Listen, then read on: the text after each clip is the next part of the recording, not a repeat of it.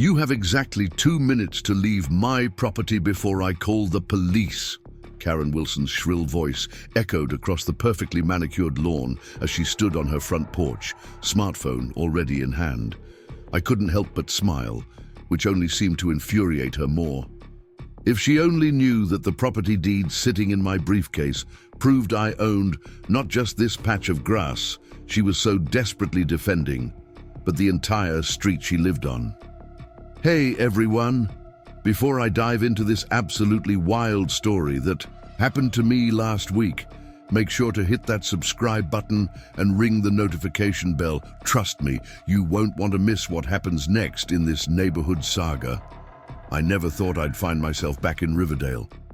After spending the last decade building a successful real estate development firm in Seattle, this quiet suburban town felt like a relic from another life. But here I was, Mark Thompson, standing at the entrance of Maple Grove Lane, staring at the street sign that had been freshly painted since my last visit.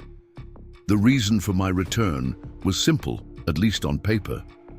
My grandfather, George Hamilton, had passed away 3 months ago, leaving behind what I thought was just his modest home at the end of the street. Growing up, I'd spent countless summers there, running through sprinklers and helping him tend to his prized rose garden.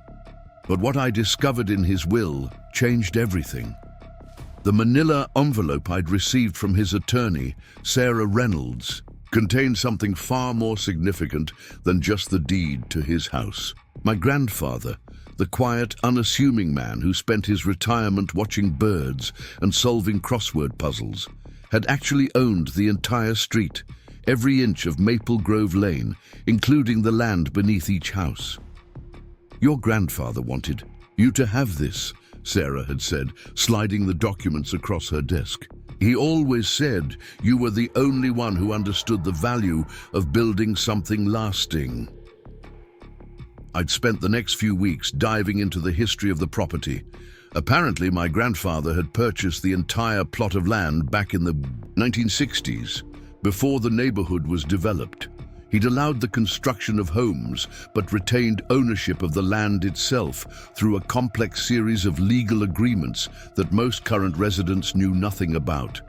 Now, as I walked down the street for the first time since inheriting it, I could see why he'd been so protective of this place. Maple Grove Lane was a picture-perfect suburban dream. Mature oak trees lined both sides, their branches creating a natural canopy over the road.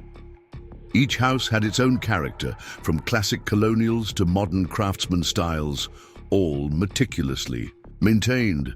The first sign that something was off came when I noticed the new construction at number 437. A massive privacy fence had been erected, extending well beyond the property line my grandfather's surveys had outlined. The Wilson residence, according to the mailbox, had apparently decided to claim an extra 10 feet of land that technically belonged to me. I was taking photos of the encroachment when I heard the front door slam. Karen Wilson, a woman in her 40s wearing what looked like luxury athleisure wear and a permanently disapproving expression, marched toward me with the confidence of someone who had won every HOA dispute she'd ever started. "Excuse me, what do you think you're doing?" she demanded, her voice carrying that particular tone that suggested she was already recording this interaction for her social media followers. I lowered my phone and turned to face her, maintaining a professional demeanor. "Good morning, Mrs. Wilson. I'm Mark Thompson, and I'm simply documenting some property line discrepancies." Her eyes narrowed. "Property line? I don't know who you think you are, but this is my property and you're trespassing." I tried to explain calmly. "Actually, there seems to be some confusion. You see, I recently inherited—" "I don't care what you think you inherited," she cut me off, already dialing on her phone. "You have exactly 2 minutes to leave my property before I call the police." That's when I noticed other neighbors beginning to peer out their windows and doors, curious about the commotion. Mrs. Dorothy Baker, who had lived next door to my grandfather for 30 years, stepped onto her porch. Her eyes widened in recognition. "Mark, little Mark Thompson?" she called out, a smile spreading across her face. Karen Wilson's head snapped between Mrs. Baker and me, her finger hovering over the call button. "You know this person?" "Of course, I do," Mrs. Baker replied, making her way down her front steps. "This is George Hamilton's grandson. Why, I haven't seen you since—" "George Hamilton?" Karen interrupted again, her voice rising an octave. "The old man who died, what does he have to do with my property?" I reached into my briefcase and pulled out a copy of the property survey. "Perhaps we should discuss this civilly, Mrs. Wilson. There are some things about Maple Grove Lane that you might not be aware of." But Karen had already pressed call on her phone, turning away dramatically. "Yes, police, there's an intruder on my property, claiming he owns it. He's harassing me and refusing to leave." As she continued her performance for the 911 operator, I caught Mrs. Baker's knowing smile. She'd been here long enough to remember how my grandfather had handled difficult neighbors. This was going to be interesting. Don't forget to hit that like button if you've ever dealt with someone who was confidently incorrect about their property rights. Subscribe to see what happened when the police showed up. And trust me, you won't want to miss Karen's reaction when she learns the truth about who really owns Maple Grove Lane. Drop a comment below sharing your own crazy neighbor stories as I stood there, watching Karen Wilson pace back and forth on her lawn, gesturing wildly, while describing me to the police dispatcher.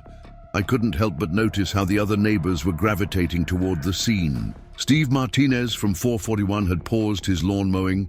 Patricia Moore from the Neighborhood Watch was power walking over with her phone already recording. And even Frank Miller had stepped out of his home office, coffee cup in hand. The tension in the air was thick enough to cut with a knife when Officer James Rodriguez's patrol car turned onto Maple Grove Lane. Lights flashing, but sirens silent. He pulled up to the curb with practiced precision, and I noticed how Karen's demeanor instantly shifted from aggressive to victim mode, her hands clasped together as if in prayer. "Thank goodness you're here, officer," Karen exclaimed, rushing toward the police car before Rodriguez could even fully exit. "This man has been taking pictures of my house and making threats about property lines." Officer Rodriguez, a tall man with salt and pepper hair and the patient expression of someone who had dealt with neighborhood disputes for decades, adjusted his body camera and looked between us. "Ma'am, please step back and let me assess the situation. Sir, could you identify yourself?" I remained calm, maintaining my professional demeanor. "Mark Thompson, officer. I have all my identification and legal documentation right here." I patted my briefcase without opening it yet. "He claims he owns my property," Karen interjected, her voice hitting a pitch that made several birds take flight from a nearby oak tree. "Ma'am, please." Officer Rodriguez held up a hand. "Let me handle this," he turned back to me. "Mr. Thompson, could you explain why you're photographing this property?"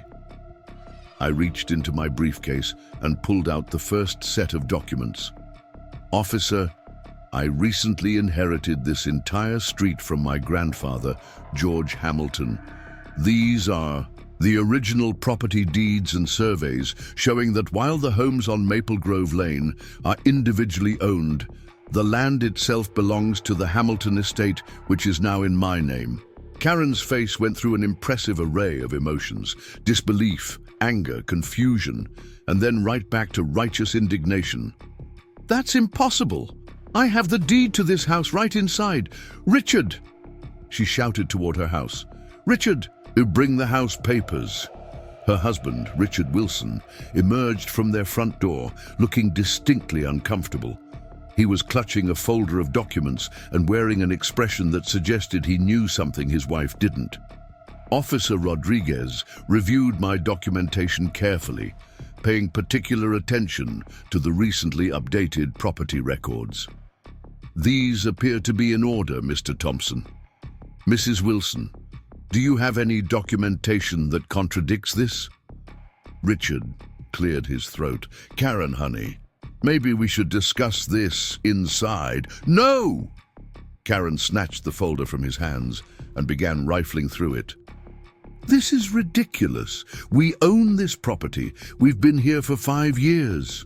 You own the house, Mrs. Wilson, I explained patiently, but the land beneath it, including the area where you recently constructed that privacy fence, belongs to the Hamilton estate, which is now mine. Patricia Moore had edged closer, her phone still recording. I knew something was off about that fence permit, she muttered, just loud enough for everyone to hear. Officer Rodriguez looked at the fence in question. Did you obtain proper permits for that construction, Mrs. Wilson? Karen's face flushed. Of course we did. Richard handled all of that. Richard, show him the permits. But Richard had taken a sudden interest in his shoes, and the growing crowd of neighbors was beginning to murmur. Mrs. Dorothy Baker chose this moment to walk over with a thick photo album. I have pictures of the original property lines, she announced, flipping the album open. George always kept meticulous records. See here? Preparing and narrating this story took us a lot of time, so if you are enjoying it, subscribe to our channel. It means a lot to us. Now back to the story. That's where the Wilsons' property actually ends, about 10 feet before that new fence. Karen's composure was cracking. This is harassment. You're all conspiring against me. I'm calling my lawyer. That would be an excellent idea, I agreed. In fact, I have the contact information for Sarah Reynolds, who handled my grandfather's estate. She's very familiar with the property boundaries and legal arrangements here. Officer Rodriguez had finished reviewing all the documentation. Mr. Thompson's paperwork is in order, Mrs. Wilson. He has the legal right to document and inspect the property he owns. If you have concerns about property lines or land ownership, that would be a civil matter to take up with your lawyer. But he's trespassing, Karen insisted, her voice rising again. Actually, ma'am, Officer Rodriguez replied with the patience of a saint, according to these documents, you're the one who has extended your fence onto his property without permission. The crowd of neighbors had grown, and I could hear snippets of conversation about other modifications the Wilsons had made to their property over the years. The koi pond that had mysteriously expanded into the shared green space, the garden shed that straddled the original property line, the recently paved extended driveway. That's when Linda Chen, the real estate agent who had sold the Wilsons their house, emerged from her car. She must have been showing a property nearby and noticed the commotion. Her arrival seemed to make Richard Wilson even more nervous. Mrs. Wilson, Linda called out, her heels clicking on the sidewalk as she approached. I believe there might be some documentation from your home purchase that could clear this up.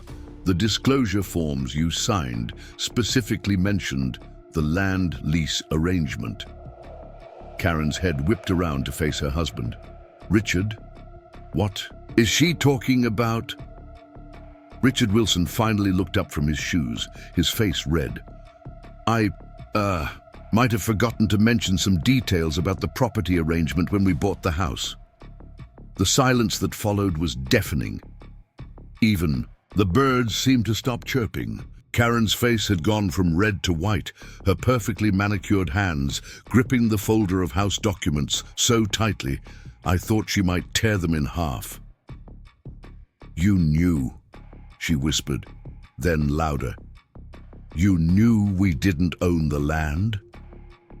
Officer Rodriguez shifted his weight, clearly sensing the domestic dispute that was about to unfold. Folks, I suggest you all take this discussion inside and contact your respective lawyers to sort out the property boundaries. Mr. Thompson is within his rights to be here and document his property. But Karen wasn't listening anymore. She was advancing on her husband, who had begun backing toward their front door. 5 years, Richard, 5 years of me running the homeowners association, making everyone follow the rules, and you knew we didn't even own the land under our house. I caught a glimpse of Thomas Anderson, the city official in charge of zoning, pulling up in his car. This situation was about to get even more interesting, and I had a feeling the illegal fence was just the tip of the iceberg. The gathering crowd parted like the Red Sea as Thomas Anderson strode up the Wilsons' perfectly manicured lawn, his leather briefcase swinging with each purposeful step. The city official's presence seemed to have an immediate effect on Richard Wilson, whose nervous fidgeting intensified to a point where he nearly dropped the folder of documents he was still clutching. "Mr. and Mrs. Wilson," Anderson called out, his voice carrying the weight of bureaucratic authority. "I was in the neighborhood for an inspection when I received some concerning calls about unauthorized property modifications on Maple Grove Lane." Karen Wilson's complexion, which had only just begun to return to normal, went pale again. Her eyes darted between her husband, the fence, and the massive koi pond that now seemed to loom ominously in their expanded backyard. I stepped forward, extending my hand to Anderson. "Mark Thompson, Mr. Anderson, I believe your office might be interested in reviewing some of these property surveys I recently inherited." Anderson's eyebrows rose slightly as he examined the documents I handed him. "Ah, yes. The Hamilton estate. Your grandfather and I had several interesting conversations about the development plans for this street over the years." Linda Chen, the real estate agent, had pulled out her own tablet and was swiping through documents with increasing concern. "Mr. Anderson, I've just reviewed my files from the Wilsons' purchase. There appear to be some discrepancies between the improvements they've made and what was disclosed during the sale." The crowd of neighbors had grown quiet, hanging on every word. Mrs. Dorothy Baker was still clutching her photo album, while Patricia Moore had positioned herself perfectly to capture every reaction on her phone. Anderson pulled out a thick file from his briefcase.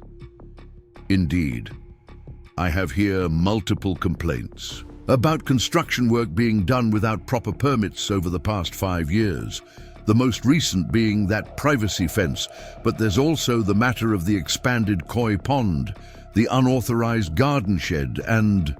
He paused, consulting his notes. "Something about an underground wine cellar installation."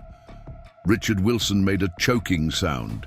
Karen's head snapped toward him so fast I worried she might get whiplash. "Wine cellar," she hissed. "What wine cellar?" Before Richard could respond, Steve Martinez cleared his throat. "That would explain the construction noise we kept hearing at night last month. I thought you were just having plumbing work done." "Night construction without permits?" Anderson's pen scratched against his notepad. "That's a separate violation." Karen's perfectly maintained facade was crumbling by the second. "Richard, please tell me you didn't dig up our basement without permits."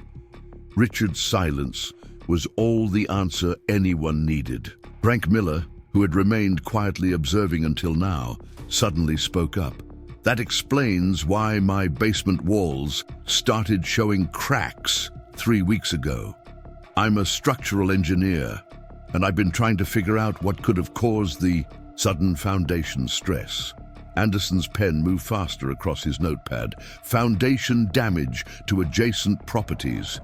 This is becoming quite serious."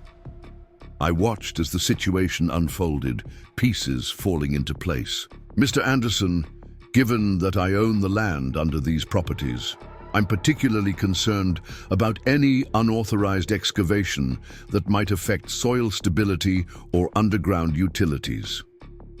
"Absolutely right," Anderson nodded. "We'll need to conduct a full inspection immediately. Mrs. Wilson, I'll need access to your basement."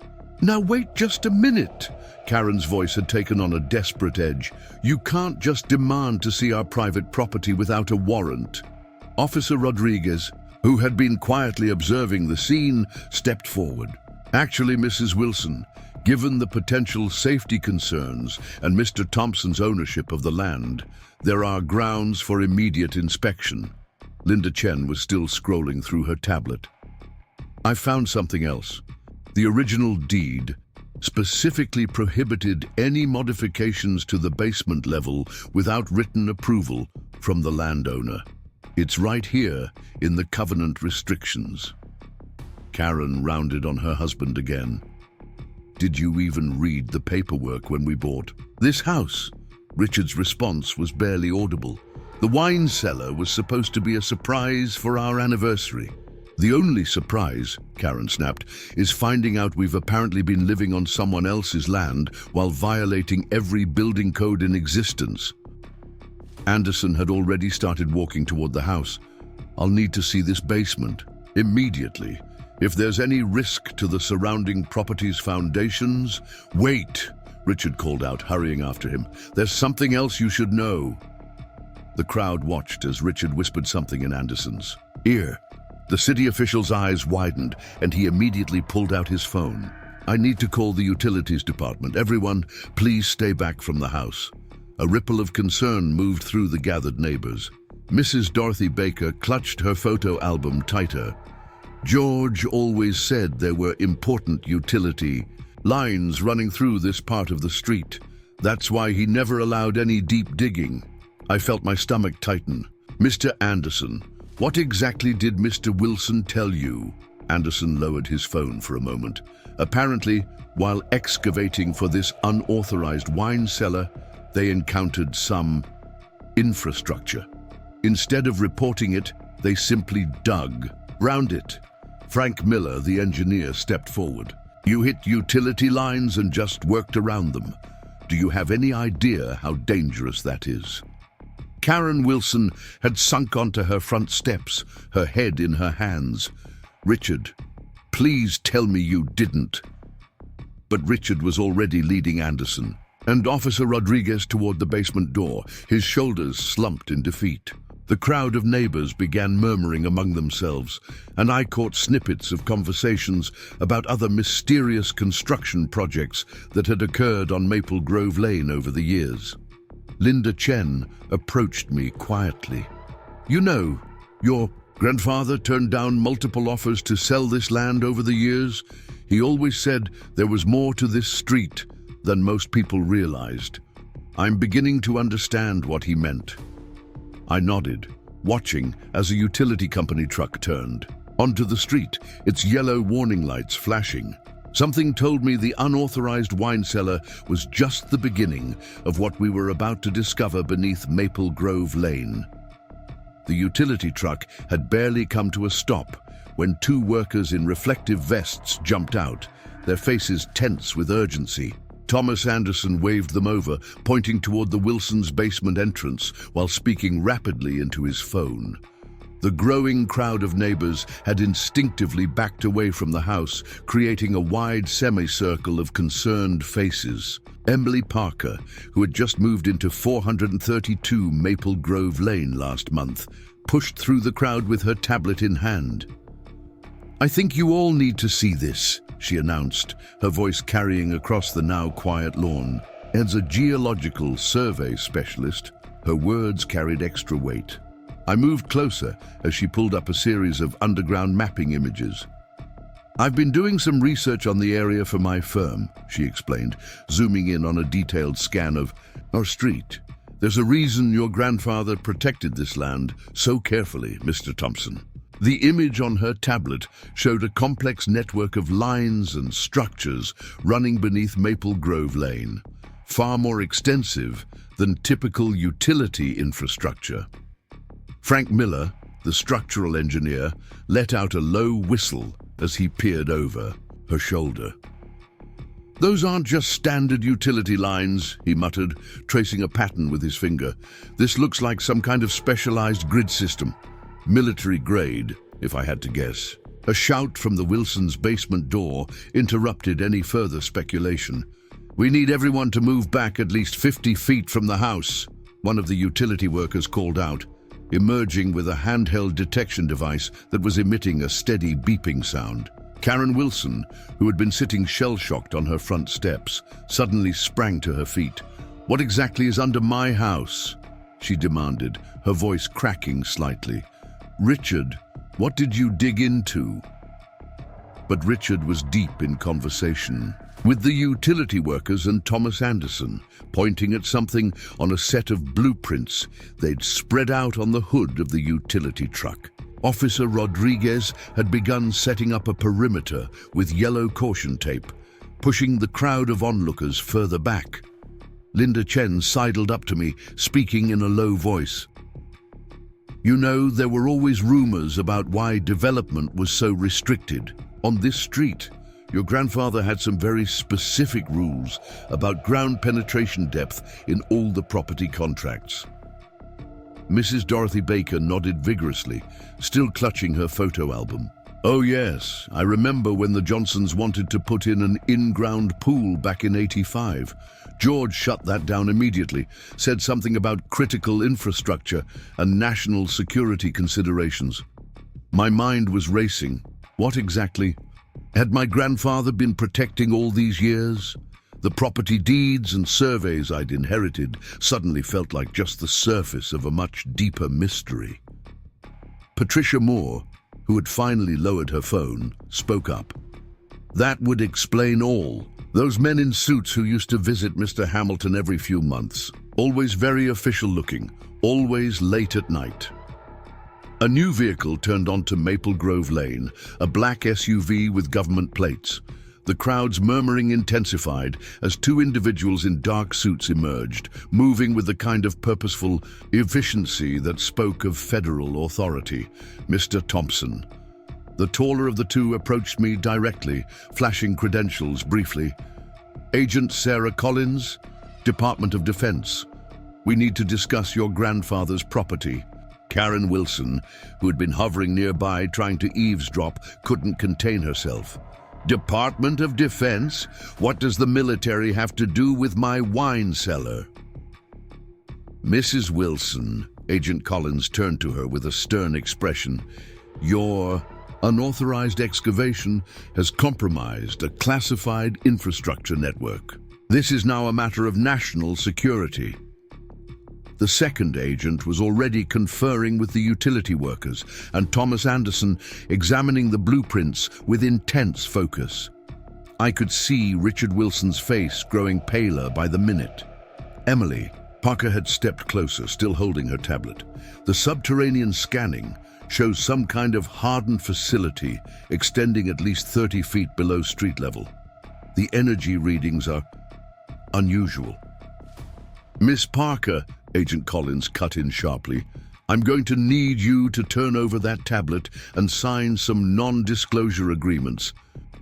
The crowd of neighbors had grown quieter, the gravity of the situation sinking in. This wasn't just about illegal home improvements anymore. The entire street seemed to be holding its breath, waiting to see what would happen next. Mrs. Dorothy Baker suddenly gasped, flipping through her photo album with trembling fingers. "Oh my, look at this." She held up a faded photograph from what appeared to be the early 1960s, showing my grandfather standing with a group of military officials during the street's initial construction. In the background, massive concrete structures were being lowered into deep trenches. "I always wondered why they dug so deep when they first built this street," she said, her voice wavering. "George never would explain those pictures." Agent Collins moved to take the photo album, but I stepped forward. "That's private family property," I said firmly.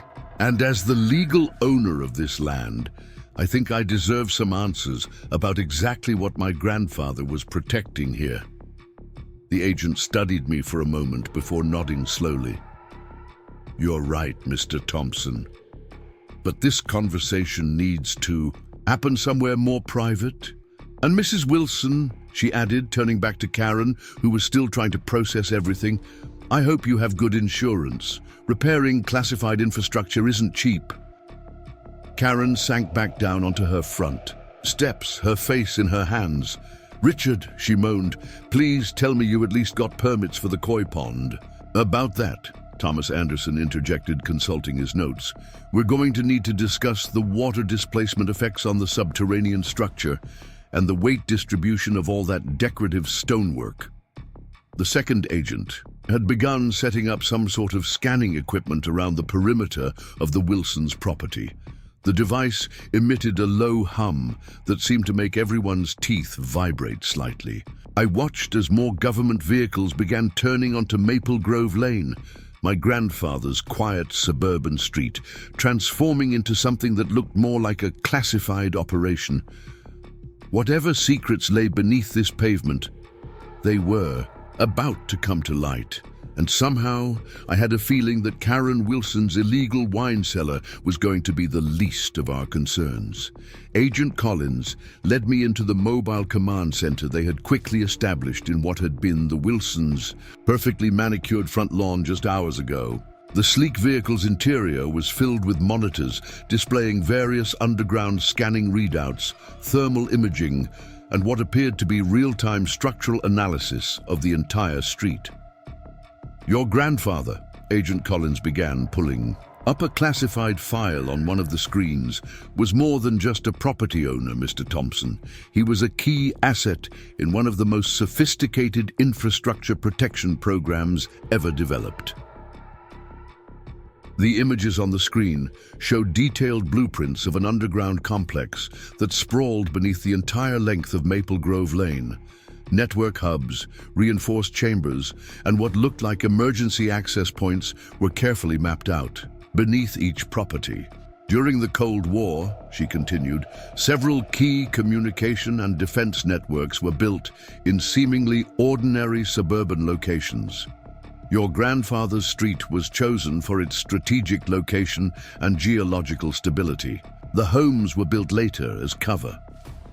Through the command center's tinted windows, I could see Karen Wilson being interviewed by several serious-looking individuals in suits, while Richard sat dejectedly in a folding chair, answering questions from Thomas Anderson and the utility workers.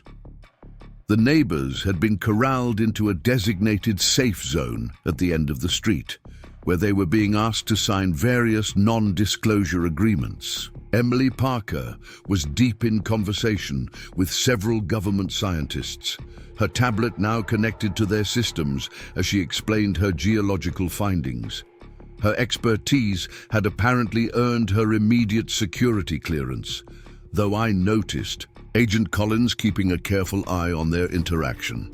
The problem, Agent Collins continued, pulling up a 3D rendering of the Wilsons' basement, is that your neighbor's wine cellar project has compromised a key access point.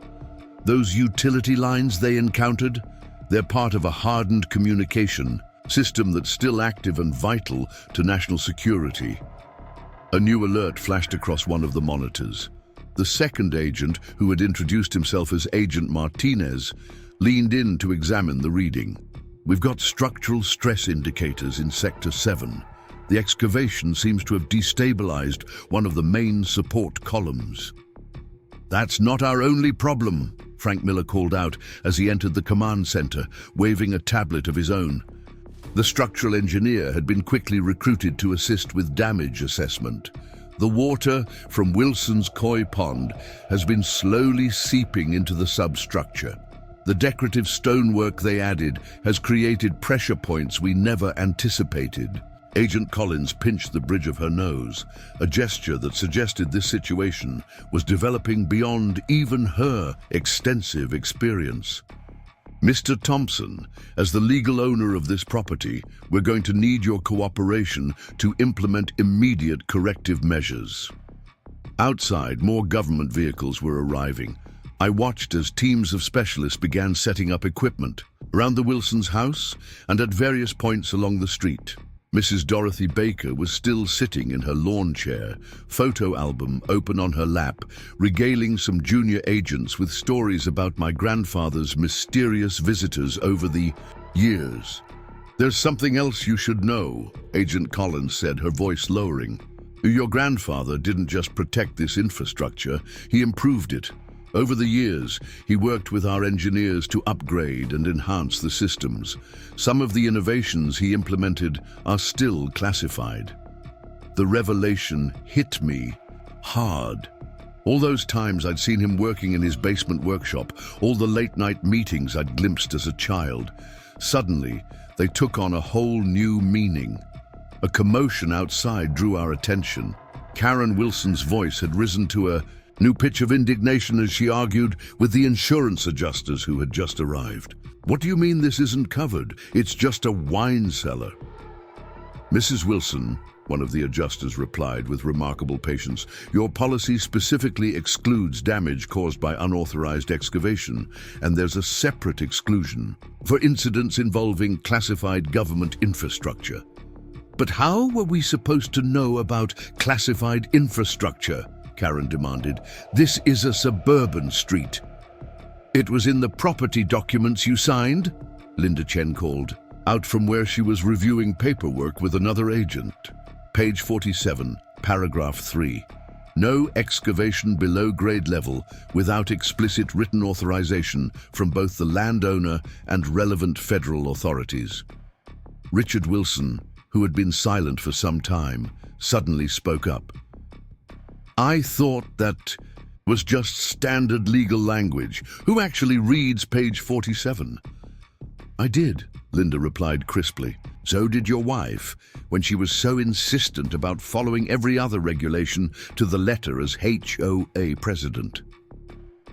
Agent Martinez approached with a new set of readings. "The ground-penetrating radar shows additional unauthorized modifications at 3 other properties on the street. Looks like the Wilsons weren't the only ones who got creative with home improvements. Several neighbors in the safe zone suddenly found their shoes very interesting." "Mr. Thompson," Agent Collins turned. "To me, we need to implement a comprehensive inspection and repair program for the entire street. As the legal owner, you'll need to grant us access and help coordinate with the residents." I nodded slowly, understanding now why my grandfather had been so insistent about maintaining control of the property. This wasn't just about land ownership. It was about protecting something far more important. "One more thing," Agent Collins added, pulling up another file. "Your grandfather left detailed contingency plans for a situation like this, including," she paused, allowing herself a small smile, "specific instructions about how to handle unauthorized home improvements." Through the window, I could see Karen Wilson slumping further in her chair as more officials approached with clipboards and serious expressions. The wine cellar debacle was just the beginning, and somehow I suspected my grandfather had known this day would come. The contingency plans my grandfather had left behind were nothing short of brilliant. As Agent Collins walked me through the detailed protocols, I couldn't help but admire how thoroughly he had anticipated every possible scenario. The documents included not just engineering specifications and security protocols, but also detailed psychological profiles of each type of homeowner he'd encountered over the years. "Your neighbor, Mrs. Wilson," Agent Collins noted, pulling up a specific section, "falls into what your grandfather categorized as Type A, the overzealous modifier. The homeowners who view property restrictions as personal challenges rather than legal requirements." Frank Miller had returned with an updated structural analysis, spreading the new diagrams across the command center's main console. "The good news is that the reinforced containment systems your grandfather installed are holding. The bad news is that we've discovered 3 more unauthorized modifications that directly impact the infrastructure." Through the command center's windows, I could see teams of specialists methodically working their way down Maple Grove Lane using sophisticated scanning equipment to map every unauthorized alteration to the original structures. The neighbors, still contained in their designated safe zone, watched nervously as each property was examined. Emily Parker approached with her tablet, now displaying a complex 3-dimensional map of the subsurface anomalies she'd detected. "The Wilsons' wine cellar was just the tip of the iceberg," she explained, zooming in on specific areas. "We've found evidence of unauthorized swimming pools, extended basement renovations, and what appears to be an entire underground greenhouse. Agent Martinez looked up from his monitor. The greenhouse would be at 445, correct? Mr. Anderson, wasn't that property cited for unusual power consumption last year? Thomas Anderson consulted his records, nodding grimly. We received complaints about excessive utility usage, but the homeowner claimed it was for a home-based hydroponic vegetable growing business. Technically not incorrect, Agent Collins remarked dryly, though I doubt they were growing just vegetables. A new series of vehicles turned onto Maple Grove Lane, unmarked vans filled with specialized equipment and more personnel in tactical gear. The neighbors' murmuring grew more intense as they watched what looked increasingly like a major government operation unfold on their quiet suburban street. Linda Chen approached with a stack of property documents, her expression troubled. I've been reviewing the original sales contracts. Every single one included specific language about subterranean restrictions and federal oversight. The really interesting part? The terms become more detailed and extensive with each new sale, almost as if your grandfather was anticipating increasingly creative attempts to circumvent them. Karen Wilson, who had been quietly seething in her folding chair, suddenly stood up. This is ridiculous. We're tax-paying homeowners, not security threats. You can't just come in here and... Actually, Mrs. Wilson, Agent Collins interrupted smoothly, we can. Your unauthorized modifications have triggered multiple national security protocols. But more importantly, she added, holding up a document, you violated the terms of your property agreement. Mr. Thompson, as the landowner, has every right to initiate corrective measures. Richard Wilson, who had been examining the growing bill from the insurance adjusters, looked up with growing alarm. Corrective measures? I pulled out my grandfather's contingency plans, turning to the section marked Enforcement Protocols. According to these documents, any homeowner found to be in violation of the subterranean restrictions is required to return their property to its original specification at their own expense. Original specification? Karen's voice had risen an octave, but that would mean the wine cellar goes, Agent Collins confirmed, along with the koi pond, the extended patio, and that rather ambitious underground irrigation system you installed for your award-winning rose garden. Mrs. Dorothy Baker, who had been quietly observing from her lawn chair, suddenly chuckled. Oh, George would have loved this. He always said the roses would be Karen's undoing. Agent Martinez approached with another update. We've completed the initial survey of all properties. In addition to the Wilsons' violations, we found significant unauthorized modifications at numbers 433, 445, and 451. Mr. Thompson, you'll need to sign off on the corrective action orders. I reviewed the documents, noting how each violation had been meticulously categorized and cross-referenced with my grandfather's original restrictions. The homeowners had been creative. I had to give them that. From secret man caves to unauthorized wine cellars, they'd found every possible way to push the boundaries of their property rights. One more thing, Agent Collins added, pulling up a secure file on her tablet. Your grandfather left specific instructions about the timing of enforcement actions. He believed in what he called synchronized correction, addressing all violations. Simultaneously, to prevent any attempt at further unauthorized modifications during the remediation process. Through the command center's windows, I could see more equipment being unloaded, industrial-grade pumps, reinforced shoring materials, and what looked like specialized drilling equipment.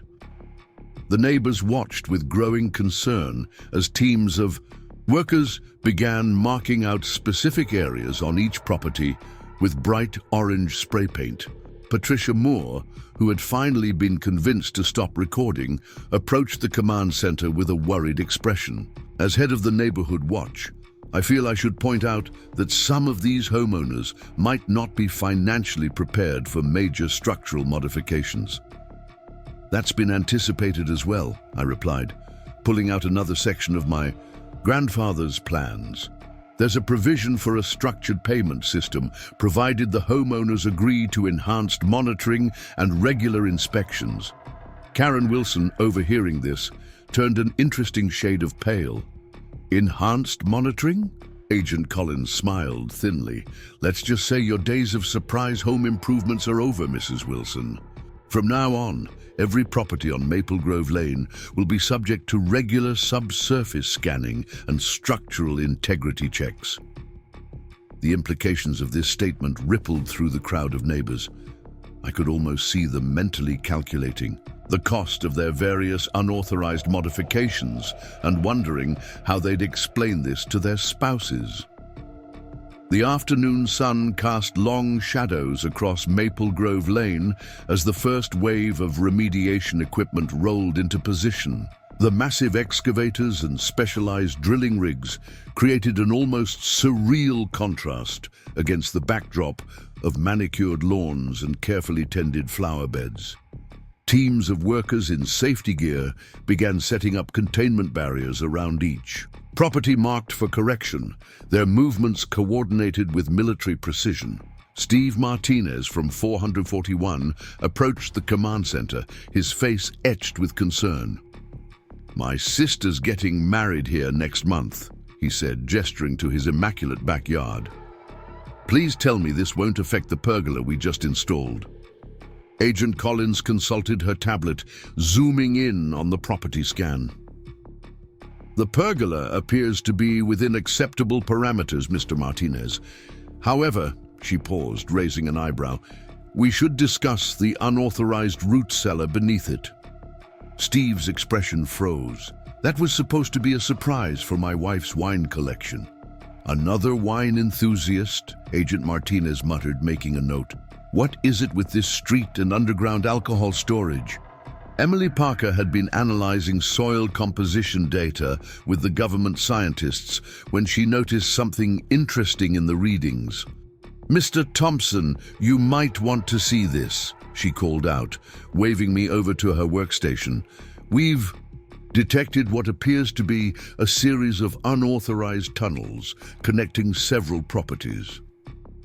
The revelation sent a fresh wave of murmurs through the gathered neighbors. Karen Wilson, who had been sulking in her chair, suddenly sat up straighter, her eyes narrowing as she glanced toward Richard.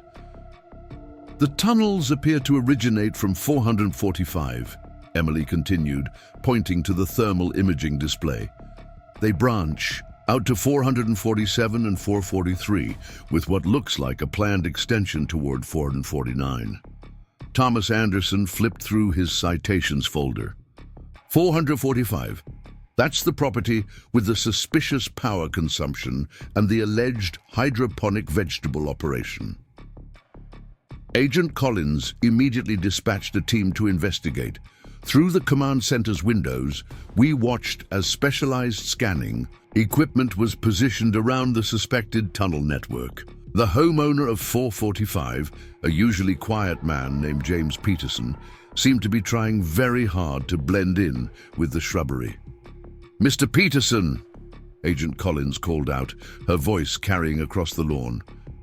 "Would you care to explain why your basement appears to have unauthorized connections to your neighbor's properties?" Before Peterson could respond, Karen Wilson jumped to her feet. "Richard!" she exclaimed, pointing an accusing finger at her husband. "Is that why you were so insistent on the wine cellar location? Were you trying to connect to their tunnel system?" Richard's guilty expression said everything. Karen's face went through another impressive color transformation as the implications sank in. "You were going to build a secret wine tunnel?" she shrieked. "Without consulting me? I'm the HOA president." "Actually," Linda Chen interjected, still reviewing property documents, "according to these records, you were never officially confirmed as HOA president. The last certified election was invalidated due to irregular proxy voting patterns." The neighbors' collective gasp was audible. Karen Wilson, self-proclaimed queen of Maple Grove Lane, had been ruling without legitimate authority. Patricia. Moore's phone somehow found its way back into her hands, despite the earlier confiscation. "The tunnel network explains a lot," Frank Miller commented, examining the structural analysis. "We've been wondering why the substrate stress patterns didn't match the surface modifications.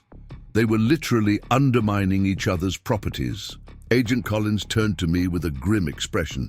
"Mr. Thompson, given the extent of these unauthorized modifications, we'll need to implement your grandfather's highest level of corrective measures.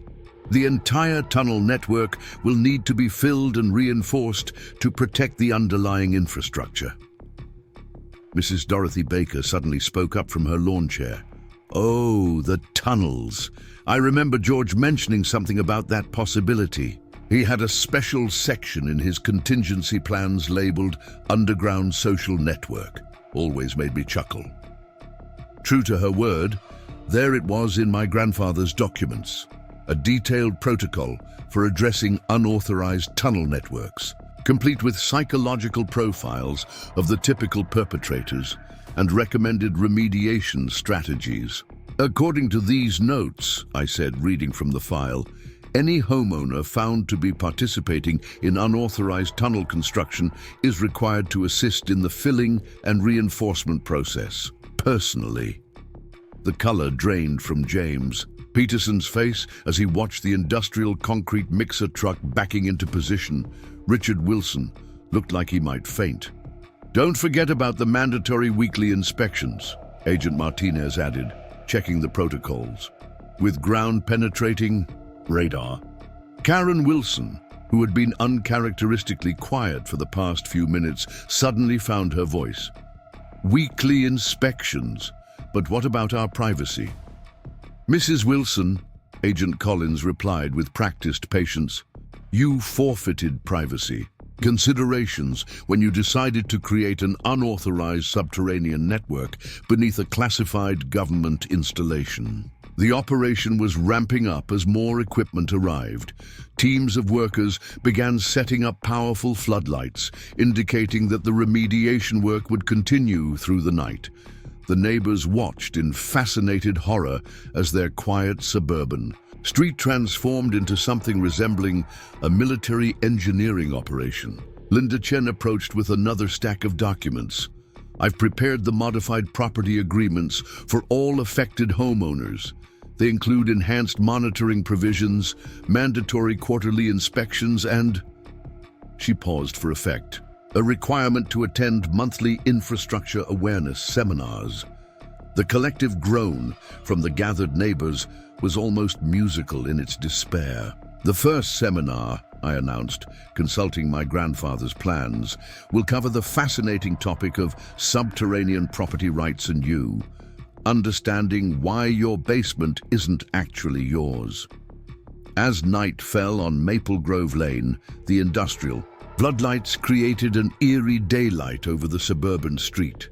The constant hum of generators and heavy equipment filled the air, punctuated by the rhythmic beeping of construction vehicles in reverse. The remediation operation had kicked into high gear, and the true scope of the unauthorized modifications was becoming increasingly clear. Emily Parker huddled over her monitoring equipment with Frank Miller, their expressions growing more concerned by the minute. "The tunnel network is far more extensive than we initially thought," she reported, pulling up new scanning data.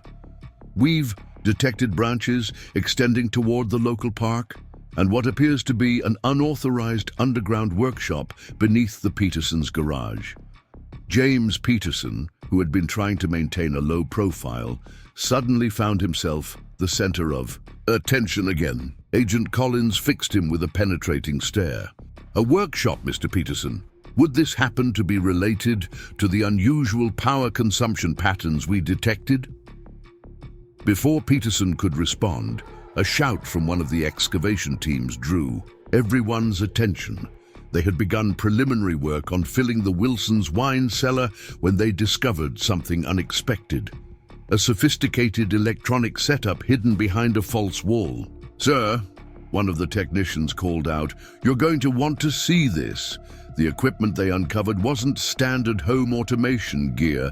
Multiple servers, networking equipment, and what appeared to be a dedicated power supply system had been carefully concealed within the cellar's walls.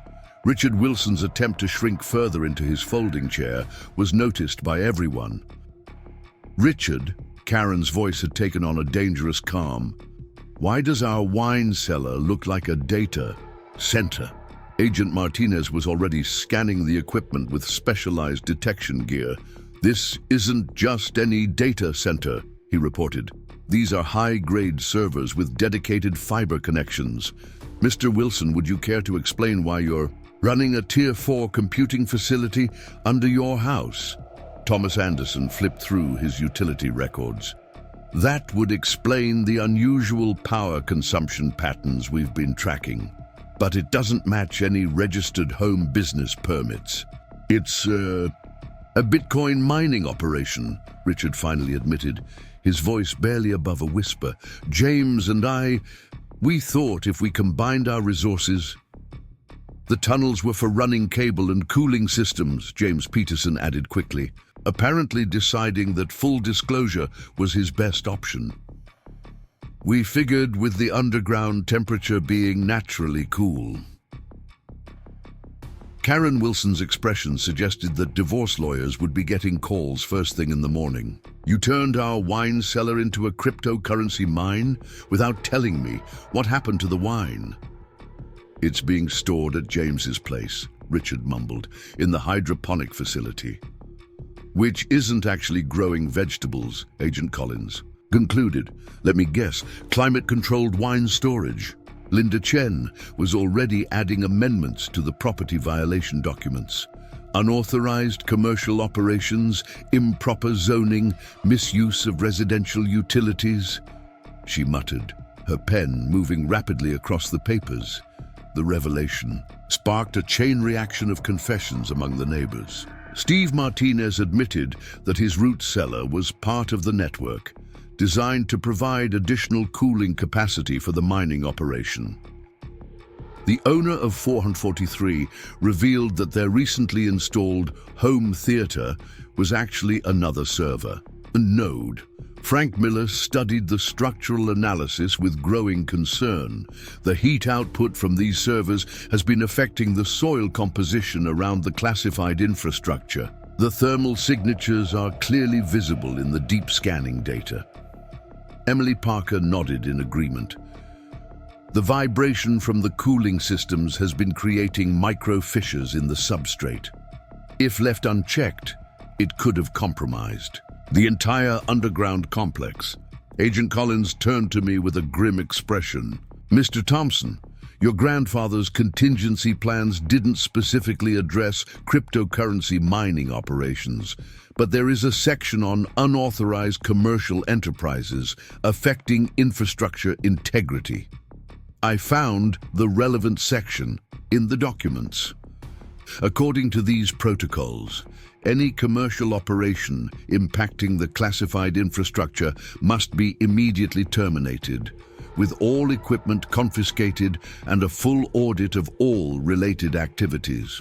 The color drained from Richard Wilson's face. "Confiscated, but the current market value of our mining operation is considerably less than the cost of repairing the damage you've caused," Agent Martinez interrupted, reviewing the preliminary assessment figures. "Not to mention the potential fines for operating an unauthorized commercial enterprise in a residential zone." Karen Wilson had moved beyond anger into a state of cold fury. "All this time, I've been enforcing HOA regulations about lawn height and holiday decorations, while my own husband was running an illegal underground Bitcoin mine." Patricia Moore, who had somehow managed to keep recording despite the equipment, confiscation, spoke up from the crowd. "Does this mean all those noise complaints about humming sounds at night weren't actually from meditation sessions?" "Those were the cooling systems," James Peterson admitted. "We tried to muffle them with sound dampening panels, but with the increased mining difficulty, we had to add more servers." The remediation teams had begun carefully dismantling the server setup, documenting everything for what would undoubtedly be a fascinating federal investigation. The neighbors watched in silent fascination as thousands of dollars worth of mining equipment was carried out of the tunnels and loaded into evidence vans. Mrs. Dorothy Baker chuckled from her lawn chair. George always said technology would be the downfall of this street, though I doubt he imagined it would involve digital currency. Agent Collins was already coordinating with additional federal agencies. Given the scope of this operation and its proximity to classified infrastructure, we'll need to involve cybersecurity teams to ensure there wasn't any inadvertent data exposure. Linda Chen approached with yet another stack of modified agreements. I've added clauses specifically prohibiting cryptocurrency mining, data centers, and any form of commercial computing operations. All homeowners will need to sign these immediately. The night wore on as the full extent of the unauthorized underground network came to light. What had started as a simple property dispute had unveiled a sophisticated cryptocurrency operation hidden beneath the manicured lawns of Maple Grove Lane. As I watched the teams working to restore the classified infrastructure's integrity, I couldn't help but wonder what other secrets my grandfather's quiet suburban street might be hiding. As dawn began to break over Maple Grove Lane, the floodlights were finally powered down, revealing the full extent of the overnight operation. The street looked like a scene from a science fiction movie. Excavation equipment positioned at strategic points, teams in protective gear moving purposefully between properties, and a series of sophisticated monitoring stations tracking every aspect of the remediation process. Agent Collins emerged from a lengthy video conference in the mobile command center, her expression more serious than ever. Mr. Thompson, we've received authorization for the next phase. The cryptocurrency mining operation appears to have been more extensive than initially believed. We've detected additional hardware signatures beneath properties we haven't even investigated yet. Emily Parker rushed over with her tablet, thermal imaging displays showing hotspots throughout the neighborhood. The heat signatures suggest at least 3 more significant mining operations, all connected through the tunnel network. They've essentially created an underground data center complex spanning half the street. Frank Miller pointed to several critical stress points on the structural analysis. The vibration patterns make sense now. They weren't just running standard mining rigs. These are industrial-scale operations. The power draw must have been enormous. Thomas Anderson was already on his phone with the utility company. According to their records, several homes were drawing enough electricity to power small factories. They had flagged it for investigation, but someone kept filing paperwork claiming it was for home-based green energy research projects. Richard Wilson and James Peterson sat in their designated waiting area, watching as teams of federal agents catalogued their expensive mining equipment. Karen Wilson had moved to the opposite end of the street, her attorney already on speakerphone, discussing potential legal strategies. The real question, Agent Martinez interjected, reviewing new data streams, is how they managed to conceal such significant power consumption from our regular infrastructure monitoring. The classified systems should have detected these anomalies immediately. Linda Chen approached with a stack of property records, her face showing a mix of admiration and concern. I think I found the answer. Several homeowners submitted permits for solar energy storage systems last year. They used the underground spaces to hide batteries and power management equipment, effectively masking their true power consumption patterns. Steve Martinez, who had been quietly observing the proceedings, suddenly looked very interested in his shoes. A quick scan of his property revealed an elaborate battery storage system concealed beneath his pergola, carefully disguised as a rainwater collection tank. Mrs. Dorothy Baker, still holding court from her lawn chair, recalled something relevant. You know, George always said the power grid here was special, said it had redundancies within redundancies. I suppose that's how these folks managed to draw so much extra power without tripping any major alarms. A new set of government vehicles arrived, these bearing cybersecurity unit markings. Teams of analysts began setting up additional monitoring equipment, their focus clearly on the digital aspect of the underground network. We need to verify that none of the mining operations inadvertently accessed the classified infrastructure. Agent Collins explained, the proximity of their servers to our systems is concerning. The neighborhood watched as specialized scanning equipment was deployed, creating a detailed map of every electronic device and network connection within a half-mile radius. The results were startling.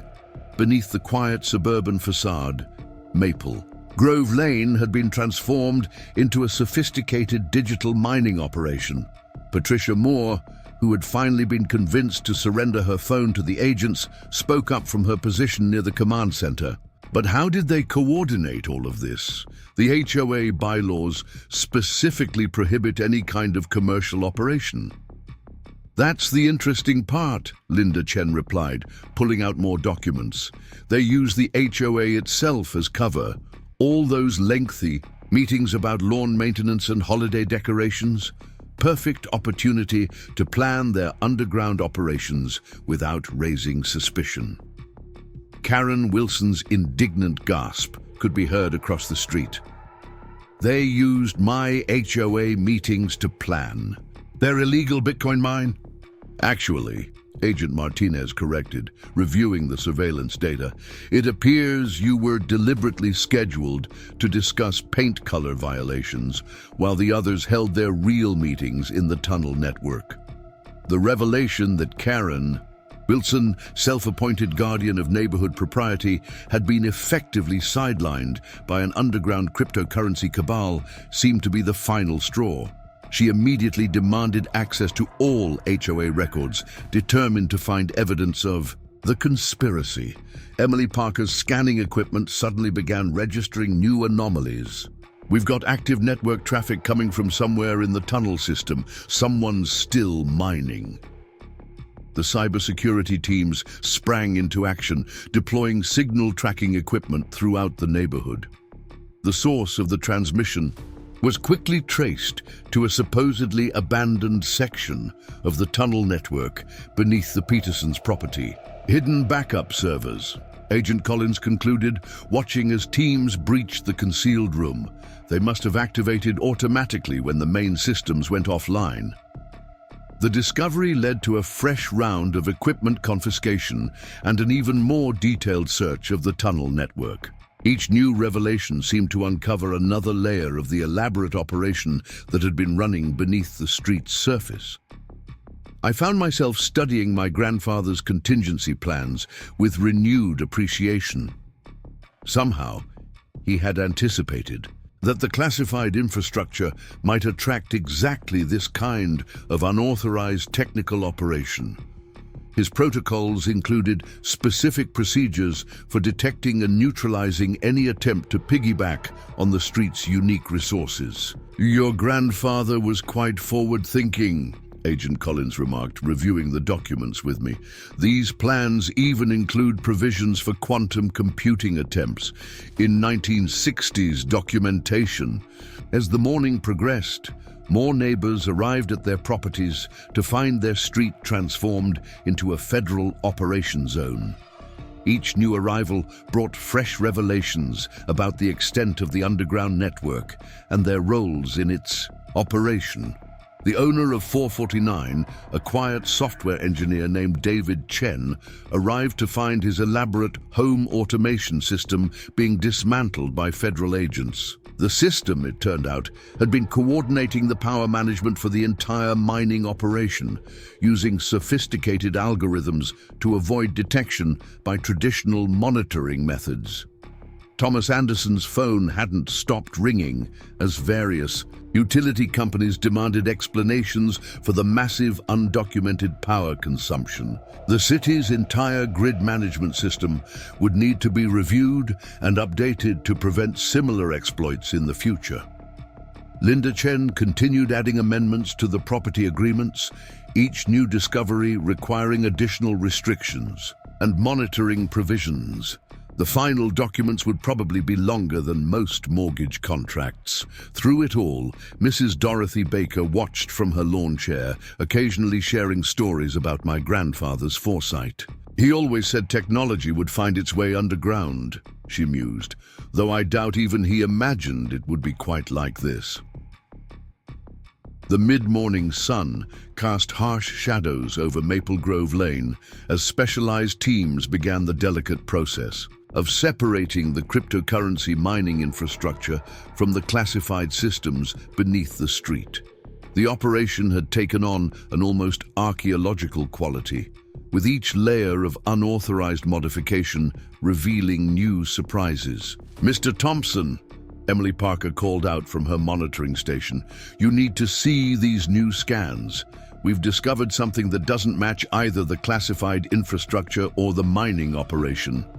The 3D rendering on her screen showed a series of carefully constructed chambers branching off from the main tunnel network, each one apparently designed for a specific purpose.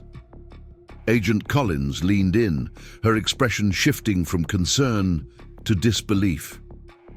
"Is that a tasting room?" she asked, pointing to one of the larger chambers. Frank Miller consulted the structural analysis.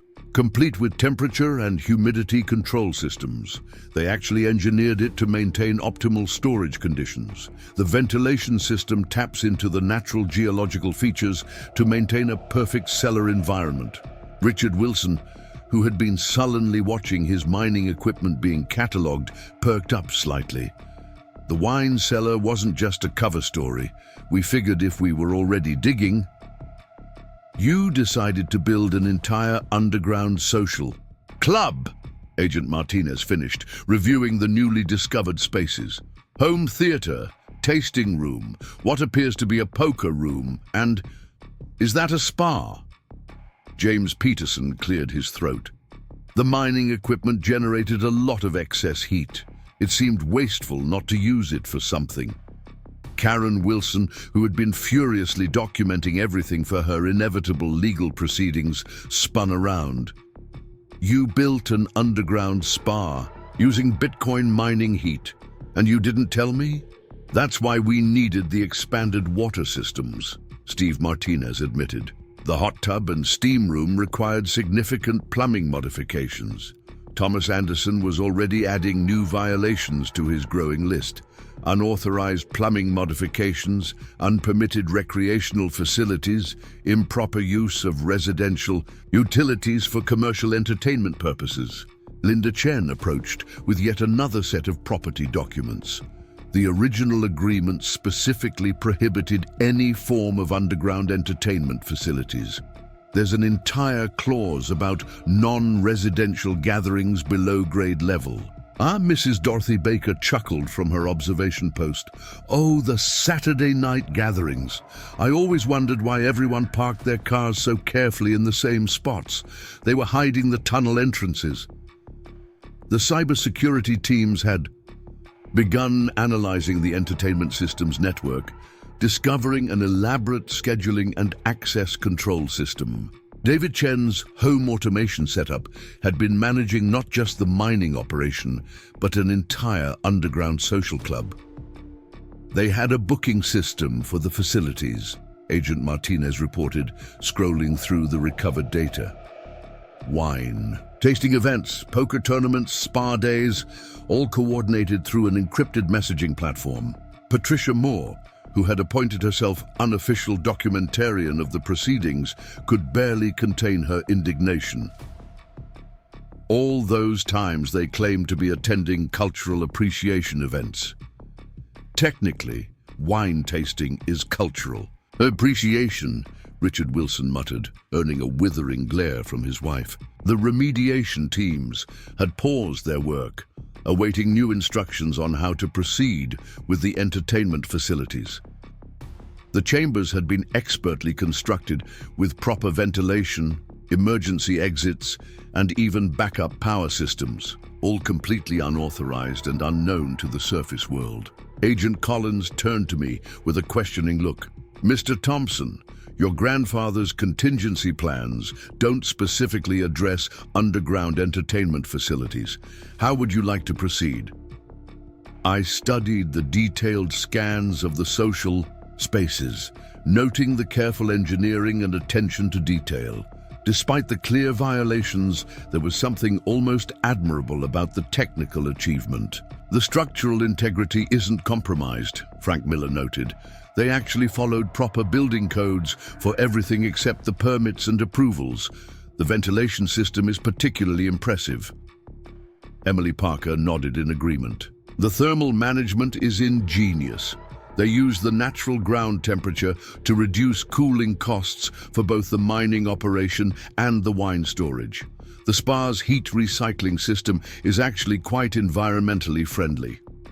"That doesn't make it legal," Agent Martinez pointed out. "The proximity to classified infrastructure alone is a serious concern." A new alert from the scanning equipment drew everyone's attention. The teams had discovered another hidden chamber, this one carefully concealed behind what appeared to be a maintenance access panel. Inside, they found something unexpected, a fully equipped emergency response center. "They built a backup command post," Agent Collins said, reviewing the facility's capabilities. "Emergency supplies, communications equipment, medical supplies, they were prepared for any contingency." David Chen spoke up from his position near the command center. "We realized that being underground created certain risks. It seemed prudent to have safety measures in place." The revelation added a new dimension to the situation. The unauthorized modifications, while clearly illegal, had been implemented with careful consideration for safety and sustainability. The underground complex wasn't just a hidden party venue. It was a fully functioning community space with its own infrastructure and emergency protocols. Linda Chen was already drafting new amendments to the property agreements. "We'll need specific provisions addressing underground gathering spaces, emergency facilities, and recreational installations." Thomas Anderson's phone rang again. This time, it was the fire marshal, demanding an immediate inspection of all underground spaces for code compliance. The fact that an unauthorized underground complex might actually meet safety standards seemed to be causing bureaucratic confusion. "The real question," Agent Collins mused, "is how they managed to construct all of this without anyone noticing. The materials alone." "The home improvement store deliveries," Mrs. Dorothy Baker suddenly recalled. "Every weekend, different houses would get supplies delivered. They spread it out so no single property looked suspicious." The neighbors exchanged guilty looks. Their underground project had been a masterpiece of coordination and discretion, hidden beneath the mundane surface of suburban life. Even Karen Wilson's aggressive HOA oversight had failed to detect the elaborate community space being built right under her feet. As the teams continued their assessment of the underground complex, I couldn't help but wonder what my grandfather would have thought of all this. His careful protection of the classified infrastructure had inadvertently created the perfect conditions for an entirely different kind of underground operation. One that brought the neighborhood together in ways he might never have imagined. The afternoon light filtered through the dust kicked up by the remediation equipment, creating an ethereal haze over Maple Grove Lane. As the teams worked to document and assess every aspect of the underground complex, a new discovery prompted an urgent meeting in the mobile command center. "We found something that seems to have been deliberately hidden, even from the social club members," Emily Parker announced, pulling up fresh scanning data. "There's a sealed chamber beneath the Petersons' workshop, isolated from both the mining operation and the entertainment facilities." Agent Collins studied the readings with intense focus. Those construction materials, they're using military-grade shielding. Whatever's in there, they didn't want it detected by our regular infrastructure scans. James Peterson shifted uncomfortably as all eyes turned to him. That's Richard's project. He said it was better if fewer people knew about it. Richard Wilson, who had been avoiding eye contact with everyone since the spa revelation, suddenly found himself the center of attention again. "It's not what you think," he began, then stopped, seemingly unsure how to continue. Agent Martinez was already coordinating with a specialized access team. "We're detecting unusual energy signatures. Could be another mining operation, but the pattern doesn't match typical cryptocurrency hardware." The teams breached the sealed chamber within the hour, and what they found inside left even the federal agents momentarily speechless. The room was filled with cutting-edge quantum computing equipment arranged in a configuration that none of the technical experts had seen before. "This isn't standard commercial hardware," Frank Miller observed, examining the setup. "These are custom-built quantum processors, and look at the cooling system. It's integrated directly with the underground thermal regulation network." David Chen, who had maintained his silence throughout most of the proceedings, finally spoke up. "We weren't just mining cryptocurrency," he admitted. "We were developing something new, something that could take advantage of the unique conditions beneath this street." Thomas Anderson consulted his utility records again, this time focusing on specific power fluctuation patterns. "The energy signatures match some unusual grid behavior we've been tracking. We thought it was related to the classified infrastructure, but they were running quantum experiments," Agent Collins finished, her expression a mix of concern and reluctant admiration. "Using the natural shielding of the underground complex and the classified infrastructure's power grid to mask their activities." Linda Chen was frantically searching through property documents. "There's nothing in any of the agreements that specifically addresses quantum computing. Even your grandfather's forward-thinking provisions didn't anticipate this level of technological advancement." Karen Wilson had gone completely still, staring at her husband with an unreadable expression. "All this time," she said quietly, "while I was enforcing rules about lawn ornaments, you were building a quantum computer in our basement." "Not in our basement," Richard corrected weakly. "Under it. And technically, it's more of a quantum research facility." Mrs. Dorothy Baker let out a delighted laugh from her lawn chair. "Oh, George would have loved this. He always said the real future would happen underground, though I doubt he meant quite so literally." The cybersecurity teams were now conducting detailed analyses of the quantum facility's systems, trying to determine exactly what the group had been working on. The results were startling. They were developing a new type of quantum encryption, Agent Martinez reported, reviewing the data streams. Something that could potentially revolutionize secure communications. The proximity to the classified infrastructure wasn't just for power. They were using it as a real-world testing environment. Emily Parker's monitoring equipment suddenly registered new activity. The quantum system is still running background calculations. Whatever they're working on, it's still in progress. David Chen stepped forward, his professional demeanor finally asserting itself. "We're on the verge of a breakthrough. The unique conditions beneath this street, the classified infrastructure, the natural shielding, the thermal stability, they're perfect for quantum computing research. We're not trying to compromise national security, we're trying to enhance it." Agent Collins consulted with her superiors via secure channel, while the rest of us waited in tense silence. The implications of this discovery were staggering.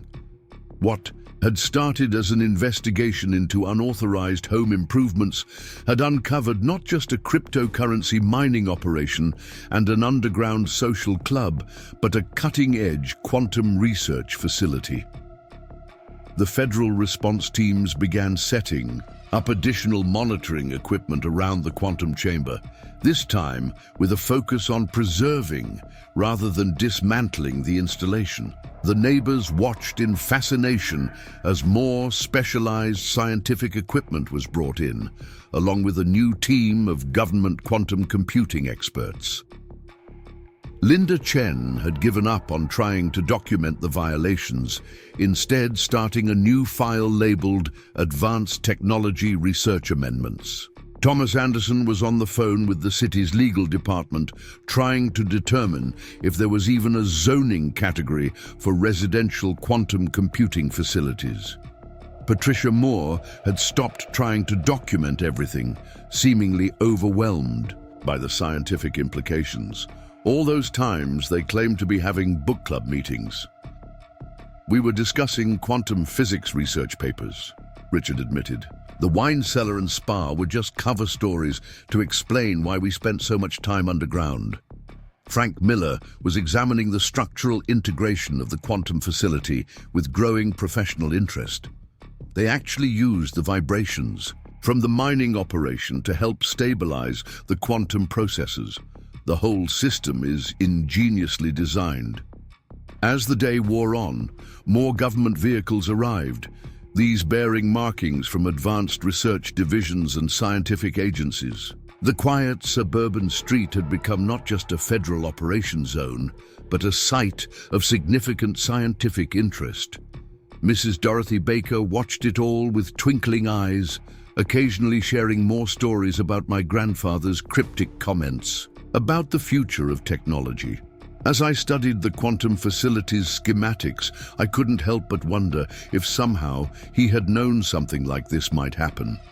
If his careful protection of this street had been about more than just classified infrastructure. The sun was setting on Maple Grove Lane, casting long shadows across what had become one of the most remarkable suburban transformations in recent history. After days of intense investigation, remediation, and scientific assessment, we had all gathered in the mobile command center for what would be the final decision regarding the future of our underground complex. Agent Collins stood at the head of the briefing room, surrounded by holographic displays, showing every aspect of the street's extraordinary subterranean network. The classified infrastructure, the cryptocurrency mining operation, the social club, facilities, and most importantly, the quantum research installation, all laid bare in glowing three-dimensional detail. "Mr. Thompson," she began, her tone more informal than it had been all week, "we've reached a rather unprecedented decision regarding your property. After extensive consultation with multiple federal agencies, scientific research divisions, and national security experts, we're proposing something that's never been done before." The neighbors leaned forward in their seats, even Karen Wilson momentarily forgetting her ongoing divorce proceedings to pay attention. The quantum research team, led by Richard Wilson and David Chen, stood nervously near the back of the room, their faces showing equal parts hope and apprehension. "Instead of dismantling the unauthorized modifications," Agent Collins continued, "we're proposing to legitimize and integrate them into a new kind of research facility. The quantum computing breakthrough your neighbors stumbled upon, quite literally in their backyards, has significant national security implications." Emily Parker's monitoring equipment hummed quietly in the background as she pulled up the latest results from the quantum facility. The encryption protocols they've developed using the unique conditions beneath this street are years ahead of current technology. The combination of the classified infrastructure's shielding and the natural geological features creates perfect conditions for quantum coherence. Frank Miller nodded in agreement, pointing to his structural analysis. "The entire underground complex, despite its unauthorized nature, is remarkably well engineered. With some professional upgrades and proper monitoring, it could serve as a model for future suburban research installations." Thomas Anderson, who had spent the past week drowning in unprecedented regulatory challenges, finally had some good news.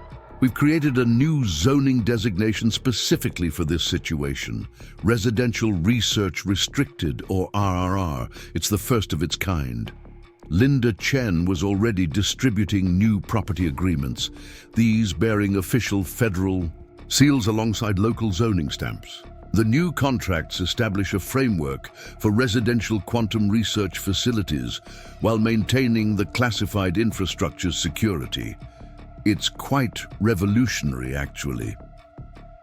The implications of this decision rippled through the room. The neighbors who had spent years hiding their underground activities were suddenly being offered the chance to continue their work, this time with official sanction and support. Of course, Agent Martinez added, reviewing security protocols, there will be significant oversight, regular inspections, enhanced monitoring, and strict controls on access and operations. But you'll be able to continue your research under proper supervision. Karen Wilson, who had been uncharacteristically quiet, finally spoke up. So all this time, while I was running the HOA, I was actually living above a legitimate scientific breakthrough. Former HOA president, Linda Chen corrected gently, still focused on her documents. Though we're establishing a new neighborhood, oversight committee that might interest you. Someone needs to coordinate the surface-level operations while the research continues below. Mrs. Dorothy Baker chuckled from her usual spot. George always said this street would change the world someday. He just never specified it would happen underground. As if on cue, Emily Parker's equipment registered a new surge of quantum activity. The system's just achieved another breakthrough in coherence time, she announced, excitement evident in her voice. The shielding from the classified infrastructure is providing unprecedented stability. The government scientists who had been studying the facility exchanged meaningful looks. What these suburban neighbors had accidentally created, through their combination of cryptocurrency mining, underground social clubs, and quantum experimentation, was something unique in the world of physics research. Agent Collins turned to me with a slight smile. Your grandfather protected this street for decades, Mr. Thompson, maintaining perfect conditions for something he couldn't have possibly imagined. In doing so, he inadvertently created the perfect environment for a quantum revolution. The question is, are you willing to continue his legacy in this new direction? I looked around the room at my neighbors, the cryptocurrency miners turned quantum researchers, the underground social club members who had accidentally created perfect research conditions, and even Karen Wilson, who was already drafting proposals for the new oversight committee. Despite all the chaos and revelations of the past week, there was something remarkable about what they had built here. Under one condition, I replied, pulling out my grandfather's original property documents. We maintain his core principle. This street remains a community. The research continues, but so does the spirit of collaboration that built all of this in the first place. The new agreements were signed as the sun disappeared completely behind the horizon. Maple Grove Lane would never be the same. The quiet suburban street, now officially designated as the world's first residential quantum research facility. The classified infrastructure would remain protected, but now it would share its underground space with something equally important to national security. Mrs. Dorothy Baker was the last to sign her agreement, her eyes twinkling as she closed the thick folder. You know, she said, looking around at the gathered neighbors, George used to say that the best secrets are the ones hidden in plain sight. I suppose now we get to prove him right. As the command center began powering down for the night, the street slowly returned to its seemingly normal appearance. But beneath the manicured lawns and perfect landscaping, beneath the HOA-approved paint colors and regulation mailboxes, something extraordinary was happening. The future wasn't just being predicted here, it was being created, one quantum calculation at a time, in the most unlikely of places. a simple suburban street that turned out to be anything but ordinary. Up next, you've got two more standout stories right on your screen. If this one hit the mark, you won't want to pass these up. Just click and check them out.